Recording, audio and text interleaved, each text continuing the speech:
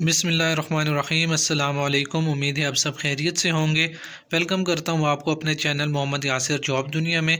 दोस्तों, आज एफपीआर पाकिस्तान की तरफ से बहुत ही शानदार वैकेंसीज़ की अनाउंसमेंट हुई है। तो इसमें पूरे पाकिस्तान से इन्होंने असामियाँ मांगी हुई है। इसमें मुकम्मल डिटेल से बात करेंगे। मैं आपको अप्लाई करने का तरीका भी बताऊँगा, मुकम्मल तालीम इसके लिए कितनी चाहिए, उम्र की हद कितनी चाहिए। तो मुकम्मल डिटेल से बात करेंगे। तो लास्ट तक आप मेरे साथ जुड़े रहिए और मेरा चैनल सब्सक्राइब कीजिए, ताकि रोज़ाना जो भी मैं लेटेस्ट गवर्नमेंट और प्राइवेट जॉब्स अपने चैनल पर डालता हूँ वो आपको बर वक्त मिलती रहें। तो चलिए मैं आपको सबसे पहले इनकी एडवर्टाइजमेंट दिखा देता हूँ। दोस्तों, मैंने आपके सामने इनकी एडवर्टाइजमेंट ओपन कर ली है। ये जॉब्स जो हैं एफपीआर की तरफ से आई हुई हैं। तो हम देखते हैं कि ये कौन कौन सी जॉब्स हैं। ठीक है, तो आपके सामने ये देखें, एडवर्टाइजमेंट में लिखा हुआ है। ये इनके जो ऑफिसेज हैं वो ये 5 जगह पर हैं: इस्लामाबाद, कराची, कोयटा, पेशावर और लाहौर। इन पांचों में जो है ये जॉब्स आई हुई हैं। और जॉब जो है वो दो किस्म की हैं। एक है असिस्टेंट सुपरवाइज़र जिसका स्केल 14 रखा हुआ है, और एक है आरपीएम ऑपरेटर। आरपीएम का मतलब होता है रेडियो पोर्टल मॉनिटर। ठीक है, उसका ऑपरेटर की जॉब्स आई हुई हैं। ठीक है, तो ये पांचों जो इनके ऑफिसेज हैं, ये पांचों में इन दोनों असिस्टेंट सुपरवाइज़र और आरपीएम ऑपरेटर की मुख्तलिफ असामियाँ हैं। ठीक है, तो मुकम्मल डिटेल से देखते हैं। तो सबसे पहले इनका जो हेडक्वार्टर इस्लामाबाद में है उसके लिए असिस्टेंट सुपरवाइज़र की 7 असामियाँ हैं और आरपीएम ऑपरेटर की 25 असामियाँ हैं, और ये टोटल मिलाकर 32 असामियाँ बनती हैं। और इसके लिए डोमिसाइल जो है वो सारे पाकिस्तान से लोग इसमें अप्लाई कर सकते हैं। अब हम नीचे आपको मैं डिटेल और भी बताऊंगा इसमें कि किस किस सूबे की कितनी कितनी सीटें हैं। तो अगला जो ऑफिस है कराची का, उसमें असिस्टेंट सुपरवाइज़र की 7 असामियाँ हैं और आरपीएम ऑपरेटर की 48 असामियाँ हैं, और इसमें सिंध डोमिसाइल वाले लोग अप्लाई कर सकते हैं। अगला जो है वो कोयटा ऑफिस है। कोयटा ऑफिस के लिए इनको असिस्टेंट सुपरवाइज़र की 3 असामियाँ चाहिए और आरपीएम ऑपरेटर की 18 असामियाँ चाहिए, और इसमें डोमिसाइल बलूचिस्तान वाले लोग अप्लाई कर सकते हैं। अगला जो ऑफिस है इनका पेशावर में है। असिस्टेंट सुपरवाइज़र की 3 असामियाँ हैं और आरपीएम ऑपरेटर की 18 असामियाँ हैं। इसमें केबीके डोमिसाइल वाले अप्लाई कर सकते हैं। अगला जो ऑफिस है इनका लाहौर में है, और इसमें जो है असिस्टेंट सुपरवाइज़र की 4 असामियाँ हैं और आरपीएम ऑपरेटर की 21 असामियाँ हैं, और इसमें पंजाब वाले लोग अप्लाई कर सकते हैं। अब थोड़ी डिटेल में और बात कर लेते हैं। ये जो इस्लामाबाद में इनका जो हेड ऑफिस है उसमें मैंने आपको बताया असिस्टेंट सुपरवाइज़र की 7 असामियाँ हैं, जिनमें पंजाब से 3 लोग अप्लाई कर सकते हैं। इस्लामाबाद की जो अपनी सीट है वो एक रखी हुई है। सिंध किसी भी एक बंदा अप्लाई कर सकता है, मतलब एक सीट रखी हुई है। अप्लाई तो बहुत ज़्यादा कर सकते हैं, लेकिन सिलेक्शन जो होगी वो एक की होगी। सिंध अर्बन और सिंध रूरल की एक एक सीट रखी हुई है, और केपी की एक सीट रखी हुई है। इसी तरह आरपीएम ऑपरेटर के लिए 25 सीटें थी, जो ओपन मेरिट पे हैं वो 2 हैं। पंजाब के लिए 10 हैं। मैं जो पंजाब में है उसमें मेरिट पे 8 होंगी, और वुमेन के लिए एक और माइनॉरिटी के लिए एक रखी हुई है।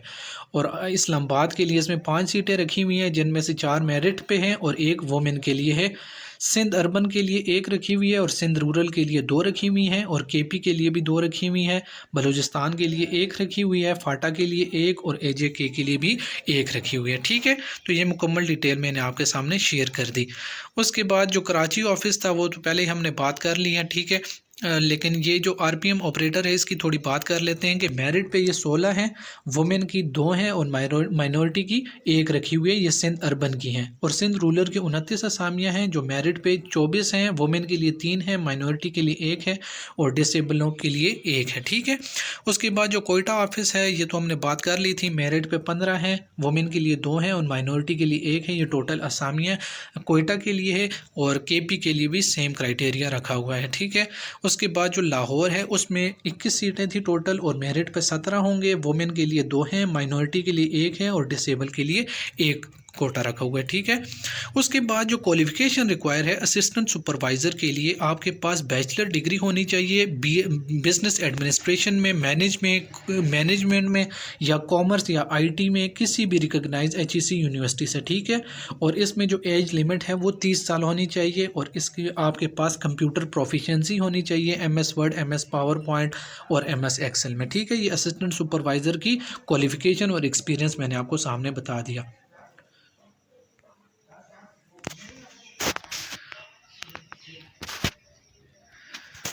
जो आरपीएम के लिए एजुकेशनल क्वालिफिकेशन चाहिए वो एफएससी प्री इंजीनियरिंग होना चाहिए, ठीक है। और कंप्यूटर में प्रोफिशिएंसी आपकी होनी चाहिए, एमएस वर्ड, पावर पॉइंट और एक्सेल आपको आना चाहिए। और एज की जो लिमिट है वो 30 साल ही रखी हुई है, ठीक है।